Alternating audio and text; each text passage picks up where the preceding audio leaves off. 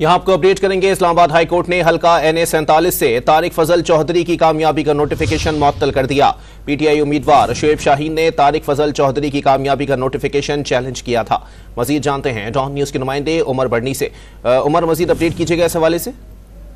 जी बिल्कुल, Islamabad high court की जानिब से हल्का NA 47 में इंतखाबी उज़रदारी से मुतल्लिक सिंगल रुकनी बेंच के फैसले के खिलाफ इंट्रा कोर्ट अपील पर समाअत के दौरान अदालत की जानिब से जो इंट्रा कोर्ट अपील है वो समाअत के लिए मंजूर कर ली गई और इसी तनाजुर में हल्का NA 47 से तारिक फजल चौधरी की कामयाबी का नोटिफिकेशन जो है वो मुअत्तल कर दिया गया।